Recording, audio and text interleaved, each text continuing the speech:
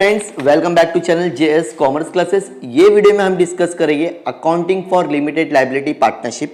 इसमें आपके कुछ इंपॉर्टेंट क्वेश्चन है जो आपको एग्जाम पॉइंट ऑफ व्यू में कवर करना चाहिए, थ्योरी क्वेश्चन प्लस आपके प्रैक्टिकल क्वेश्चन किस बेसिस पे आने वाले, वो सारी चीज़ों को हम इस वीडियो में क्या करने वाले, कवर करने वाले। तो रिक्वेस्ट है प्लीज़ वीडियो के एंड तक आप बने रहे। तो सबसे पहले हम लोग एकदम शॉर्ट में समझे LLP मतलब लिमिटेड लायबिलिटी पार्टनरशिप।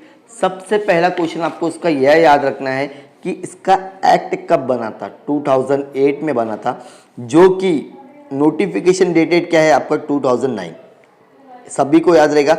ये कॉम्बिनेशन है आपका कंपनी और पार्टनरशिप का। किसका? कंपनी और पार्टनरशिप को मिला के आपका क्या बन रहा है, LLP। मतलब इसमें कुछ प्रॉपर्टीज पार्टनरशिप की है और कुछ प्रॉपर्टीज आपकी कंपनी की है। मतलब जो आपने जॉइंट वेंचर कंपनी पढ़े थे, 12th की बात हो रही है। Then in LLP one partner is not responsible for the liable for, मतलब एक पार्टनर नहीं रहेगा, सभी पार्टनर रहेंगे, ठीक है। और यहाँ पर एक फायदा है कि लायबिलिटी क्या रहेगी, इसकी लिमिटेड रहेगी। मतलब फॉर एग्जाम्पल अगर 4 लोग मिलकर काम कर रहे हैं LLP में, तो कुछ भी अगर लायबिलिटी रहेगी वो चारों की क्या होगी, बिजनेस में से यूज होगी। उनको अपनी पर्सनल प्रॉपर्टी अटैच नहीं करना है।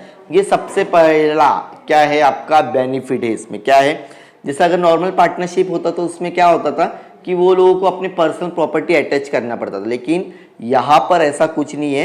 आपको अपने बिजनेस का ही क्या करना है, पैसा यूज करना है। Done everyone. यहाँ पर बनता है आपका एग्रीमेंट। क्या बनता है, limited liability partnership manage as per agreement. However in the absence of such agreement would be govern by the framework. मतलब अगर नहीं है तो कुछ शेड्यूल 1 के हिसाब से इनको क्या करना पड़ेगा, पार्टनरशिप एक्ट के हिसाब से mutual right and duties of the partnership सब काम करना पड़ेगा।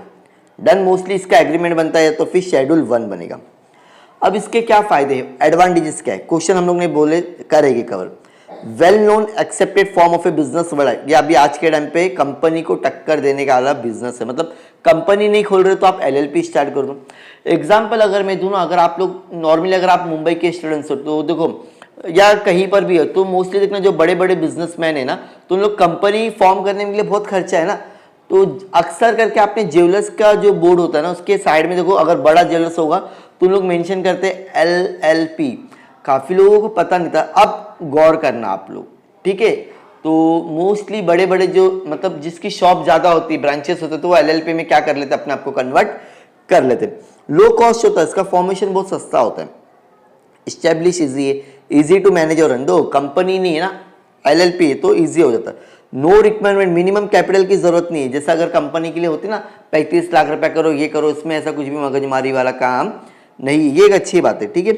नो रेस्ट्रिक्शन एग्जाम मैक्सिमम कितने भी लेके आ जाओ।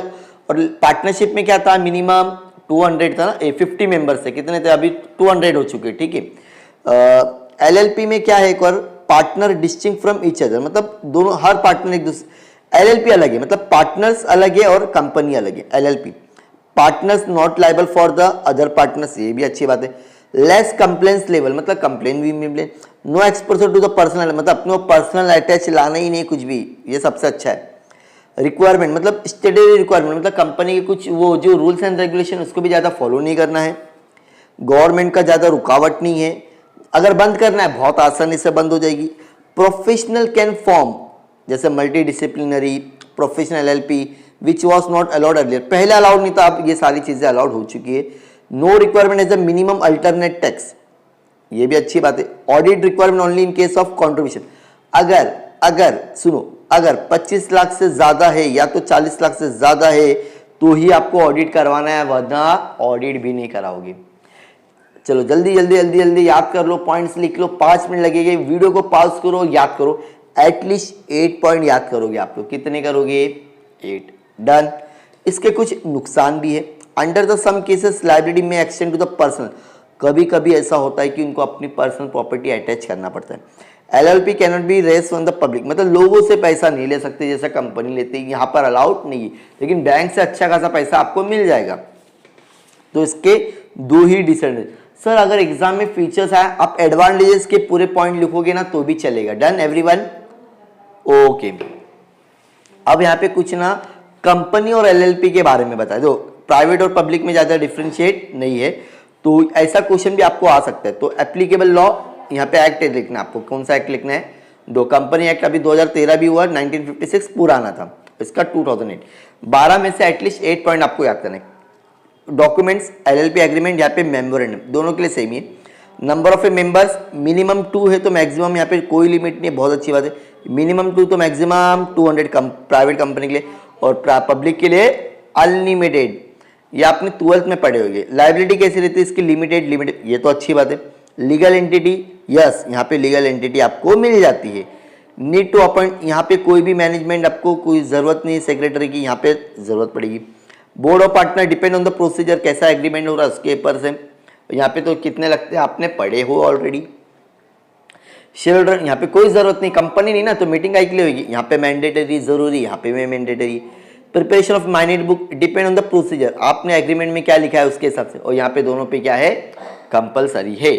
मेंटेनेंस ऑफ स्टेटस रजिस्टर, यहाँ पे नॉट अप्रूवल, यहाँ पे अगेन है। कन्वर्शन कैन बी कन्वर्ट, ये कंपनी में कन्वर्ट हो सकती है, ये भी एलएलपी में हो सकती है। Directorship, partnership, foreign national can be partners, यहाँ पे पार्टनर बन सकता है फेमा रेगुलेशन के हिसाब से, किसके, फेमा। डन एवरीवन, अगर एग्जाम में क्वेश्चन आएगा आपको एटलीस्ट 8 पॉइंट्स लिखना है students. Done. One more questions, partnership vs LLP, जो 12th में आपने पढ़े थे पार्टनरशिप और एलएलपी के डिफरेंस, एप्लीकेबल लॉ, ये अभी हम लोग ने देखे। Partnership 1932, okay. डॉक्यूमेंट एग्रीमेंट, यहाँ पे पार्टनरशिप डीड बनती थी डियर फ्रेंड्स, अगर आपको कुछ याद होगा।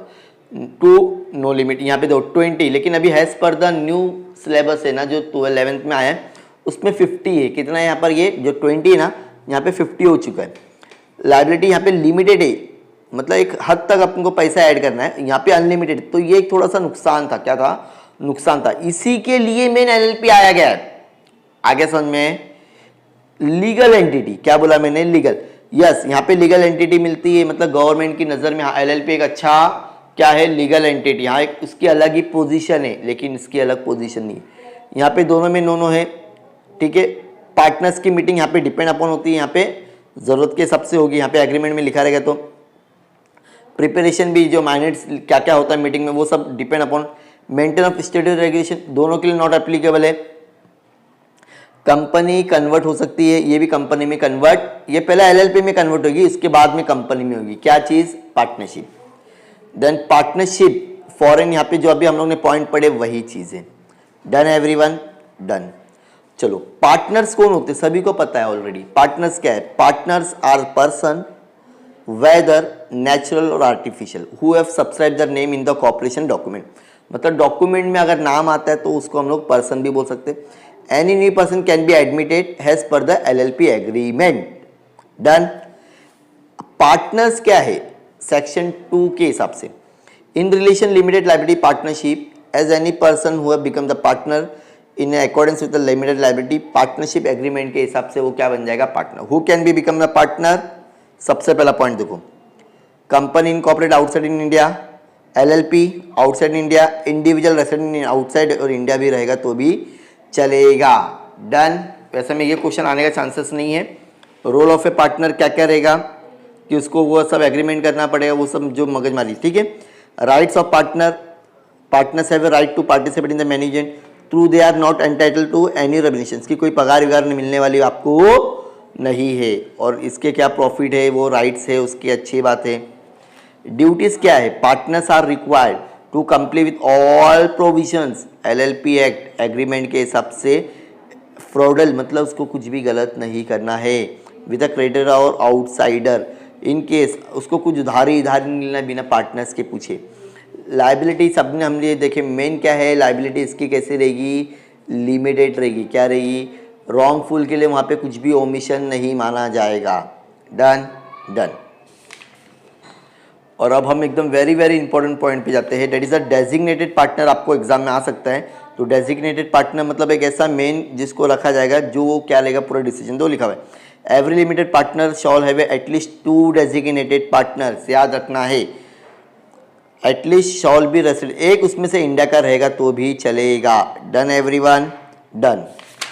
इसके कुछ रोल्स होते हैं एलएलपी के, ठीक है।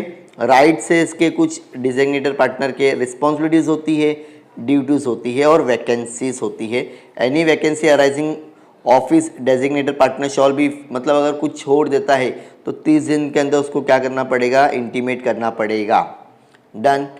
अब हम लोग देखेंगे एलएलपी के एग्रीमेंट क्या करना पड़ेगा। एग्रीमेंट के लिए आपको करना पड़ेगा, मीनिंग लिखना है, सभी को पता है। It is not necessary to enter. देखो अगर एग्रीमेंट में नहीं हो रहे तो आपको शेड्यूल 1 के हिसाब से क्या करना पड़ेगा, म्यूचुअल राइट के हिसाब से आपको एग्रीमेंट बनाना पड़ेगा। स्टैंडर्ड कुछ इसके क्लॉसेस होते हैं वो करना पड़ेंगे। एटलीस्ट 3 पॉइंट लिखोगे अंदर का तो भी चलेगा। देन एडिशनल क्लॉसेस क्या क्या रहेगा, फॉर्म्स कौन सा रहेगा, प्रॉफिट एंड लॉस शेयरिंग कितना रहेगा, बिजनेस कैरिड कौन सा कर रहे हैं आप लोग, 3-4 पॉइंट लिखो, फिर रजिस्ट्रेशन लिख दो, देन चेंजेस, बस इनफ। ओके, ये हो गया थर्ड फोर्थ क्वेश्चन। अब एकदम लास्ट क्वेश्चन पढ़ेंगे, formation. Very very very very important question for the LLP board exam, मतलब आपके टीवाई बीकॉम के एग्जाम के लिए। फॉर्मेशन, आप एलएलपी को कैसे तैयार करोगे, मतलब अगर आपको एलएलपी बिजनेस शुरू करना है क्या करोगे। सबसे पहले रिक्वायरमेंट क्या क्या रहेगी, पार्टनर्स की कंट्रीब्यूशन, पैसों की जरूरत पड़ेगी, डेजिग्नेटेड पार्टनर की जरूरत पड़ेगी, आइडेंटिफिकेशन की जरूरत पड़ेगी, डिजिटल सिग्नेचर की जरूरत पड़ेगी, एलएलपी के नाम रखना पड़ेगा, एग्रीमेंट रखना पड़ेगा, एक ऑफिस, ये रिक्वायरमेंट हो गई। अब पार्टनर्स क्या है उसको पढ़ना है, कंट्रीब्यूशन मतलब जो पैसे कहाँ से मिलने वाले वो, फिर डेजिग्नेटेड पार्टनर आपने अभी अभी हम लोग ने जस्ट पढ़े हैं। अब आता है आपका डेजिग्नेटेड पार्टनर, आइडेंटिफिकेशन नंबर लगेगा, 2 लाइन भी याद करोगे तो यहाँ पे लिखा है फॉर्म 17 सेंट्रल नंबर लगेगा, फिर डिजिटल सिग्नेचर सर्टिफिकेट लगेगा, एलएलपी नेम आप सोचना पड़ेगा, 2 लाइन याद करोगे ना तो भी चलेगा, ज़्यादा मत याद करो, एक line. Then LLP with a similar name हो गया, एलएलपी का एग्रीमेंट लगेगा, ये भी अभी हम लोग ने ऑलरेडी पढ़े। एक ऑफिस तो होना चाहिए ना, रजिस्टर्ड ऑफिस, कहाँ से आपको माना जाएगा फिर। Done done. एकदम लास्ट है आपका कन्वर्शन। अगर आपको पार्टनरशिप से एलएलपी में जाना है तो कुछ स्टेप्स है इसके। तो पहला स्टेप्स क्या है, deciding the partners and designated partner, ये पता है। उसके बाद में डीपीआई नंबर लग गया, डेजिग्नेटेड पार्टनर्स आइडेंटिफिकेशन नंबर। उसके बाद में लग गया चेकिंग नेम एबिलिटी, क्या वो एलएलपी के लिए है।